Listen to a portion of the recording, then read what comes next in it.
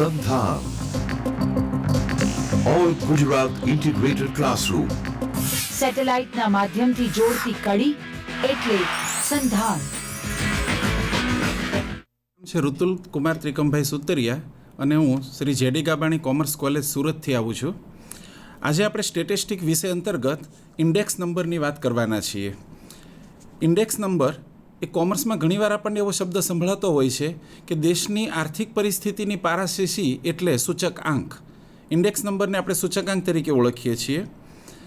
હવે index number વિશે વધારે માહિતી વાત કરીએ તો સૌ પ્રથમ જ્હોન આઈ રિફિન નામના આંકડાશાસ્ત્રી ઇન્ડેક્સ નંબરની આપણને વ્યાખ્યા આપેલી કે સીધી રીતે માપી ન શકાતી આંતરિક બાબતોની કિંમતોમાં સમયની સાપેક્ષમાં થતા ફેરફારો માપવા માટે સૂચક આંકનો ઉપયોગ કરવામાં આવે છે. આંકડાશાસ્ત્રમાં ઘણા ચલ એવા હોય છે કે જેને આપણે સીધી રીતે માપી નથી શકતા, એને આપણે ઇનડાયરેક્ટ માપવા પડતા હોય છે. તો આવી જે આંકડાકીય બાબતો છે કે જેને સીધી રીતે માપી નથી શકાતી એને સમયના સાપેક્ષમાં જે ફેરફાર થતો હોય છે એ માપવા માટે આપણે સૂચકાંક વાપરીએ છીએ. એ જ રીતે એમ ટોટલે પણ આપણને એક વ્યાખ્યા આપી છે કે સૂચકાંક એ એક ગુણોત્તર છે જે બે જુદી જુદા સમય અંતરાલો વચ્ચે કે સ્થળો વચ્ચે અથવા તો પરિસ્થિતિઓ વચ્ચે જુદા જુદા ઘણા બધા ચલોમાં થયેલો મિશ્ર ફેરફાર માપે છે.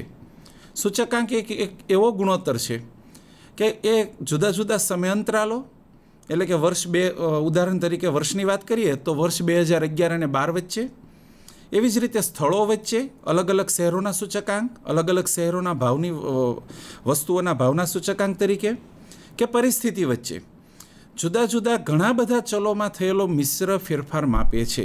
એટલે કે આ એક સંયુક્ત ફેરફાર છે.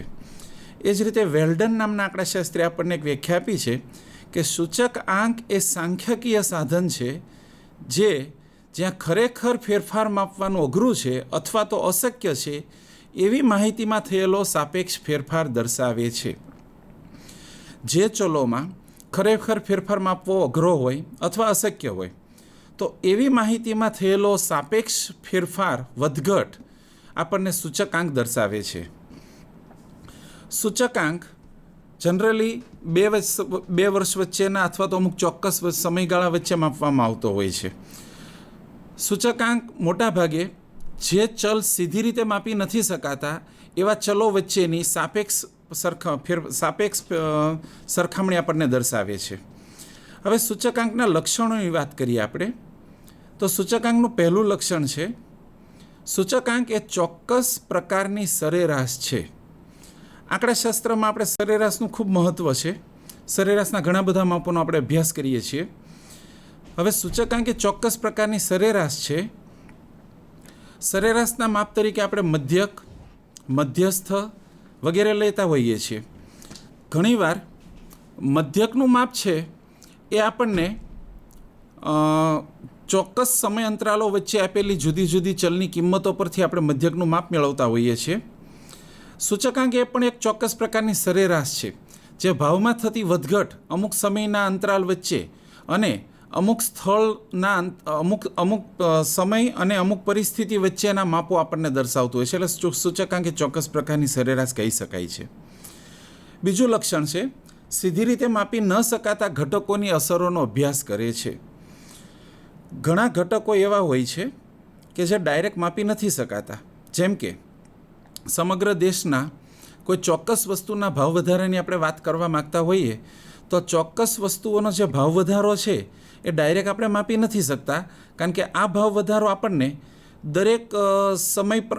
દરેક વિસ્તાર પ્રમાણે, દરેક સમય પ્રમાણે આપણને અલગ અલગ સ્વરૂપમાં જોવા મળતો હોય છે. એક વસ્તુના ભાવ છે એક વિસ્તારમાં અથવા એક રાજ્યમાં જુદા ચાલતા હોય છે, બીજા રાજ્યમાં અથવા બીજા વિસ્તારમાં એના ભાવ એ જ સમયગાળા દરમિયાન આપણને અલગ જોવા મળતા હોય છે. હવે જ્યારે આપણે ભાવ વધારાની વાત કરતા હોઈએ છીએ તો બંને જગ્યાએ થયેલા ભાવ વધારામાં થોડોક ડિફરન્સ જોવા મળતો હોય છે. આ સીધી રીતે માપી નથી શકાતું. આવા ઘટકોની અસરનો અભ્યાસ કરવા માટે આપણે સૂચકાંક વાપરી શકીએ છીએ. એ જ રીતે ત્રીજું લક્ષણ છે કે સૂચકાંક એ વસ્તુઓના કોઈ એક ચોક્કસ સમૂહના સામાન્ય લક્ષણો બહાર લાવે છે. કોઈ એક વસ્તુના સામાન્ય લક્ષણો છે એ આપણે ડાયરેક્ટ જોઈ નથી શકતા, પ્રત્યક્ષ આપણે એનો અનુભવ નથી કરી શકતા, પણ સૂચકાંક દ્વારા એ વસ્તુના ચોક્કસ લક્ષણો આપણે બહાર લાવી શકીએ છીએ. એ જ રીતે સૂચકાંક માટેનું ચોથું લક્ષણ છે કે index numbers measures the effect of changes in relation to time or space. સૂચકાંક એ સમયને આધીન અથવા તો સ્થળોને આધીન આપણને સાપેક્ષ ફેરફાર માપે છે. હમણાં વાત કરીએ એમ જો આપણે બે શહેરો વચ્ચેના ભાવ વધારાના વલણનો અભ્યાસ કરવો હોય તો એ સ્થળને આધીન થયું. સેમ એ જ રીતે આપણે કોઈ બે વર્ષ વચ્ચેના ભાવ વધારાની વાત કરવાની હોય તો એ આપણે સમયને આધીન થયું. તો સૂચકાંક સમયને આધીન પણ ફેરફાર આપણને દર્શાવી શકે છે, એ જ રીતે સૂચકાંક આપણને સ્થળને આધીન પણ ફેરફાર દર્શાવી શકે છે. હવે આપણે સૂચકાંકના ઉપયોગોની વાત કરીએ. એનો પહેલો ઉપયોગ છે કે index numbers act as economic barometers. સૂચકાંક એ દેશની આર્થિક પારાશીશી છે. આ ખૂબ વધારે પ્રચલિત વાક્ય છે અને સૂચકાંકની કોઈ પણ વાત કરતા હોય ત્યારે આ વાક્ય આપણને વારંવાર સાંભળવા મળે છે. જેમ બેરોમીટરનું કામ છે હવામાનમાં થતા ફેરફારો માપવા. હવામાનમાં તાપમાનમાં વધારો થાય, ઘટાડો થાય, અતિવૃષ્ટિ, અનાવૃષ્ટિ, વરસાદ, અતિવૃષ્ટિ વગેરે માપવા માટે જેમ બેરોમીટર વપરાય છે એમ દેશની આર્થિક પરિસ્થિતિ માપવા માટે આપણે સૂચકાંક ઉપયોગ કરીએ છીએ. કઈ રીતે? તો દેશની આર્થિક પરિસ્થિતિમાં વસ્તુઓના ભાવ વધારાનું વલણ કેવું છે, વેપાર ઉદ્યોગની સ્થિતિ કેવી છે, આયાત નિકાસની સ્થિતિ કેવી છે વગેરેના સૂચકાંકો ઉપરથી દેશની આર્થિક પરિસ્થિતિ નક્કી કરવા માટે આપણે કરવેરામાં ફેરફાર કરવો જોઈએ, આયાત નિકાસમાં કેટલી છૂટછાટ મૂકવી જોઈએ, આ બધું નક્કી સૂચકાંકના આધારે આપણે કરી શકીએ છીએ. કોઈ ચોક્કસ વસ્તુના ભાવમાં અથવા તો એના વપરાશમાં જો વધારાનું ચલણ આપણને જોવા મળતું હોય તો આપણે એને પહોંચી વળવા માટેના પગલાઓ લઈ શકીએ છીએ. કોઈ ચોક્કસ પ્રકારની વસ્તુઓના ભાવ ખરીદીનું પ્રમાણ વધવા લાગતું હોય અથવા તો એના ભાવનું પ્રમાણ વધવા લાગતું હોય તો કરવેરામાં ફેરફાર કરીને એને નિયંત્રણમાં લાવવાના પગલાં ગવર્મેન્ટ લઈ શકે છે. બીજો ઉપયોગ છે index numbers reveal trends and tendencies. વલણોના અભ્યાસમાં સૂચકાંક ઉપયોગી છે. ચોક્કસ વસ્તુઓના ભાવ વધારા અથવા તો ઘટાડાના જે વલણો આપણને જોવા મળતા હોય છે સૂચકાંક દ્વારા માપી શકીએ છીએ. જો ભાવ વધારાનું વલણ જોવા મળતું હોય તો સરકાર યોગ્ય કરવેરા નીતિ દ્વારા ભાવ ઘટાડો અથવા તો એને નિયંત્રણમાં લાવવાની કોશિશ કરશે અથવા તો ઉત્પાદન વધારવા માટેના પગલાં લઈ શકાય છે. એ જ રીતે આપણને ભાવ ઘટાડાનું વલણ જોવા મળતું હોય અને જો એ બિનજરૂરી ભાવ ઘટાડામાં પરિણામતો હોય તો પણ ગવર્મેન્ટ એના ઉપર યોગ્ય પગલાઓ લઈને એને ભાવ સ્થિર રીતે જળવાઈ રહે આવા પગલાઓ સૂચકાંક દ્વારા આપણે લઈ શકીએ છીએ. ત્રીજો મુદ્દો છે index numbers helps in policy formulation. સૂચકાંક એ નીતિઓ અને નિર્ણયોના ઘડતરમાં મદદરૂપ થાય છે.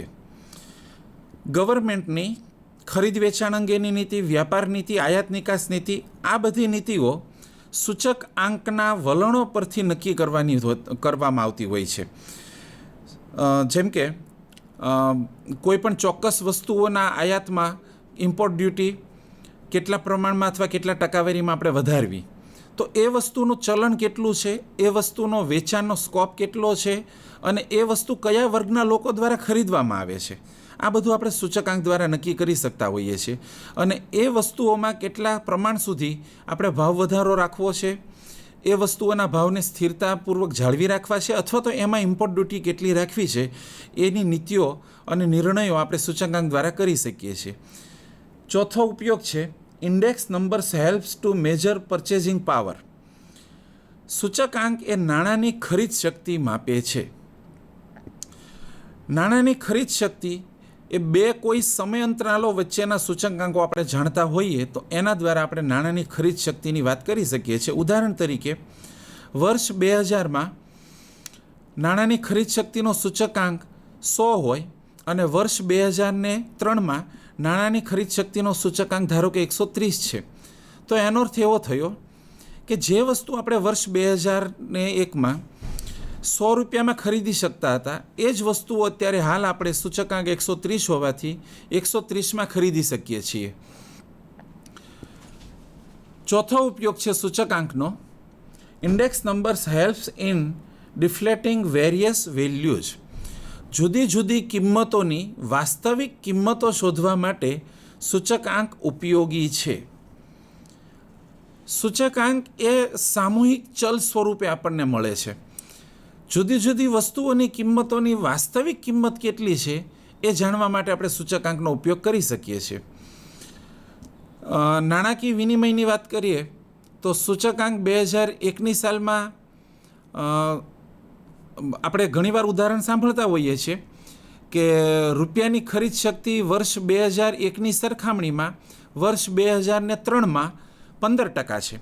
તો આનો અર્થ એવો થયો કે રૂપિયાની ખરીદ શક્તિમાં વર્ષ 2001ના સરખામણીમાં 2003માં 85%નો ઘટાડો જોવા મળ્યો. તો વાસ્તવિક કિંમત આપણે મેળવી શકીએ છીએ કે જે 1 રૂપિયાની વસ્તુ આપણે 2001માં ખરીદી શકતા હતા એ વસ્તુ આપણે 2003માં 15 પૈસામાં ખરીદી શકીએ છીએ. તો આપણને પાછળના વર્ષની સાપેક્ષમાં વાસ્તવિક કિંમત જાણવા મળે છે. હવે આપણે સૂચકાંકની રચનાની વાત કરીએ. સૂચકાંકની રચના પહેલાં આપણે સૂચકાંકના પ્રકારો વિશે પણ વાત કરી લઈએ. સૂચકાંકના પ્રકારો ઘણા બધા છે. જેવી જરૂરિયાત હોય છે એ પ્રમાણે સૂચકાંકોની રચના કરવામાં આવે છે. પ્રચલિત પ્રકારોમાં પહેલો પ્રકાર છે જથ્થાબંધ ભાવનો સૂચકાંક. જથ્થાબંધ ભાવનો સૂચકાંક એ કોઈ ચોક્કસ વસ્તુઓમાં કિંમતમાં વધારો કે ઘટાડો તરફના વલણો દર્શાવે છે. પરિણામે ગવર્મેન્ટ વસ્તુઓના અલગ અલગ ભાવ વધારા અથવા તો ભાવ ઘટાડા અંગેના નિર્ણયો લઈ શકે છે. એવી જ રીતે બીજું સૂચકાંક છે જીવન નિર્વાહ ખર્ચનો સૂચકાંક. જીવન નિર્વાહ ખર્ચનો સૂચકાંક એ આપણને કોઈ ચોક્કસ વર્ગના લોકોના સમૂહનું જીવન ધોરણ કયા પ્રકારનું છે, એના જીવન જરૂરિયાતની વસ્તુઓ પાછળનો ખર્ચ કેટલો છે, જીવન જરૂરી વસ્તુઓમાં કઈ કઈ વસ્તુઓનો સમાવેશ થાય છે, આપણને જીવન નિર્વાહ ખર્ચનો સૂચકાંક સમજાવતો હોય છે. બની શકે કે ચોક્કસ વિસ્તારમાં 2 વર્ગના લોકો રહેતા હોય તો અલગ બંને વર્ગના લોકોની જીવન નિર્વાહ ખર્ચના સૂચકાંકો જુદા જુદા હોઈ શકે છે. કારણ કે કયા વર્ગના લોકો કયા પ્રકારની વસ્તુઓનો જીવન નિર્વાહ માટે ઉપયોગ કરે છે એ અહીંયા આધાર રાખતું હોય છે. ઓછી આવકવાળા વર્ગના લોકો હોય છે એની જીવન નિર્વાહની વસ્તુઓ અલગ કિંમતની અને જુદી હોઈ શકે છે. એ જ રીતે વધારે આવકવાળા જે લોકો વર્ગના લોકો છે એની જીવન નિર્વાહ ખર્ચની વસ્તુઓ અને એની કિંમતો પણ અલગ હોઈ શકે છે. એવી જ રીતે રાષ્ટ્રીય આવકનો સૂચકાંક પણ પ્રચલિત છે. રાષ્ટ્રીય આવકનો સૂચકાંક એ સમગ્ર દેશની રાષ્ટ્રીય આવકમાં થતી વધઘટનું વલણ દર્શાવતો હોય છે. ઔદ્યોગિક ઉત્પાદનનો સૂચકાંક પણ મેળવવામાં આવે છે. ઔદ્યોગિક ઉત્પાદનનો સૂચકાંક એ આપણને ચોક્કસ ઉદ્યોગોના ઉત્પાદન વિશેની માહિતી પૂરો પાડતો હોય છે. એવી જ રીતે આયાત નિકાસનો સૂચકાંક આયાત અને સામે નિકાસ એના પ્રમાણમાં પાછલા વર્ષોની સરખામણીએ હાલના વર્ષોમાં કેટલો ફેરફાર જોવા મળ્યો છે તે આપણે એના સૂચકાંક દ્વારા મેળવી શકીએ છીએ. કૃષિ પેદાશનો સૂચકાંક. કૃષિ પેદાશનો સૂચકાંક એ ખેડૂતોને એને વ્યાજબી ભાવ વધારો અથવા તો ભાવના વલણો, કૃષિ ઉત્પાદન અને તેની અસરો, કયા પ્રકારના ઉત્પાદનમાં ફેરફાર જોવા મળી રહ્યો છે, ઉત્પાદનમાં વધારાનું વલણ જોવા મળે છે, કયા પ્રકારના ચોક્કસ પાકોના વાવેતર તરફ ખેડૂતોનું વલણ જોવા મળે છે, ભાવ વધારાનું, એ આપણે જાણી શકીએ છીએ. એવી જ રીતે વ્યાપારી પરિસ્થિતિના સૂચકાંક, ધંધા રોજગારનો સૂચકાંક અને રોકાણનો સૂચકાંક એ પ્રચલિત છે. રોકાણનો સૂચકાંક એ શેરબજાર અથવા તો સ્ટોક વિશે આપણને માહિતી પૂરી પાડે છે. આ સૂચકાંકના માધ્યમથી રોકાણમાં કેવા પ્રકારના વલણો છે એ નક્કી કરીને રોકાણકાર પોતે કયા પ્રકારના શેરમાં વધારે રોકાણ કરવું જોઈએ અથવા તો પોતાના રોકાણને સ્થિરતાપૂર્વક જાળવી રાખવું જોઈએ તે નક્કી કરતું હોય છે. હવે આપણે સૂચકાંકની રચનાની વાત કરીએ તો સૂચકાંકની રચનામાં સૌથી પહેલાં તો રચના માટેનો ચોક્કસ હેતુ હોવો જોઈએ. તમે કયા પ્રકારનો સૂચકાંક બનાવવા માગો છો, આ હેતુ જો ચોક્કસ હોય તો તમે એ પ્રકારના સૂચકાંક માટે જરૂરી માહિતી ભેગી કરી શકો છો, એના માટેના ચોક્કસ ચલોની વાત કરી શકો છો અને એ ચલો પસંદ કરીને આપણે એની રચના માટેનો હેતુ પસંદ કરી પછી બીજો મુદ્દો છે વસ્તુઓની પસંદગી. જો સૂચકાંકની રચનાનો હેતુ પસંદ થઈ ગયો હોય તો જે હેતુનો આપણે સૂચકાંક કરવો બનાવવા માગતા હોઈએ તો એ માટેની વસ્તુઓની આપણે પસંદગી કરીએ. જેમ કે જીવન નિર્વાહ ખર્ચનો સૂચકાંક આપણે તૈયાર કરવા માગીએ છીએ, તો જીવન નિર્વાહ ખર્ચના સૂચકાંકમાં જે વસ્તુઓ ઉપયોગી હોય એની આપણે વાત કરી શકીએ, પણ એ જ વસ્તુઓ આપણને કૃષિ પેદાશના સૂચકાંક માટે ઉપયોગી નથી બનતી. તો આપણે એવી વસ્તુઓની પસંદગી કરવી જોઈએ કે જે સૂચકાંકને રિલેટેડ હોય, સંબંધિત હોય. કૃષિ પેદાશના સૂચકાંકની વાત આપણે કરતા હોઈએ તો એમાં કોઈ અનાજના સૂચકાંક, આપણે અનાજની જાતને સૂચકાંકમાં લઈએ, ઘઉં અને કોઈ બીજા પ્રકારના અનાજની વાત કરતા હોઈએ તો સ્વાભાવિક છે કે ઘઉંની એક જ જાત નહીં લેવામાં આવે. દેશના અલગ અલગ વિસ્તારોમાં ઘઉંની જુદી જુદી જાતોનું વાવેતર થતું હોય છે, તો આપણે ઓછામાં ઓછી ઘઉંની 3 કે 4 જાતોનો સમાવેશ કરવો જોઈએ. એવી જ રીતે જીવન નિર્વાહ ખર્ચના સૂચકાંકની આપણે વાત કરતા હોઈએ છીએ, તો જીવન નિર્વાહ ખર્ચનો સૂચકાંક એ વર્ગ ઉપર આધારિત છે. તમે કયા પ્રકારના આવક વર્ગ ધરાવતા વ્યક્તિઓની વાત કરો છો એ પ્રમાણે એના જીવન નિર્વાહ માટે જે જરૂરી વસ્તુઓ છે એ આપણે લેતા હોઈએ છીએ. ખૂબ નીચી આવકવાળા અને ગરીબ વર્ગની વાત કરતા હોઈએ તો એના જીવન નિર્વાહ ખર્ચમાં હાલના સંજોગો પ્રમાણે મોબાઈલ છે, ટેબ્લેટ છે અથવા તો લેપટોપ છે, આવી વસ્તુનો સમાવેશ આપણે ન કરી શકીએ. પણ જ્યારે મધ્યમ આવક અથવા ઉચ્ચ આવક વર્ગ ધરાવતા લોકોની વાત કરીએ તો જીવન નિર્વાહ ખર્ચ માટે મોબાઈલ, ટેબ્લેટ અને લેપટોપ અને એવી જ રીતે ટીવી વગેરેની સુવિધાઓ એના મનોરંજન માટે ઉપલબ્ધ કરી શકતા હોય છે, તો આપણે એમાં એ ઉમેરી શકતા હોઈએ છીએ. ત્રીજો મુદ્દો છે સૂચકાંકની રચના માટે કે ભાવ અંગેની માહિતીનું સંકલન કરવું. ભાવ અંગેની માહિતી અલગ વિસ્તાર પ્રમાણે અલગ અલગ ભાવ આપણને એક જ વસ્તુના ચોક્કસ સમયગાળા દરમિયાન જોવા મળતા હોય છે. તો ભાવ અંગેની માહિતીનું યોગ્ય રીતે આપણે સંકલન કરીએ અને એનો સૂચકાંકમાં આપણે ઉપયોગ કરી શકીએ. કૃષિ પેદાશના સૂચકાંકમાં જો કોઈ અનાજ તરીકે ઘઉંની જાતોને લીધી હોય આપણે, તો ઘઉંના ભાવ અંગેની માહિતી છે એ એક જ સમયગાળા દરમિયાન ચોક્કસ પ્રકારના વિસ્તારમાં અલગ અલગ દુકાન પર એના અલગ અલગ ભાવ હોઈ શકે છે. તો ભાવ અંગેની માહિતીનું સંકલન આપણે કઈ રીતે કરવું? તો સ્વાભાવિક રીતે કે અઠવાડિક ભાવ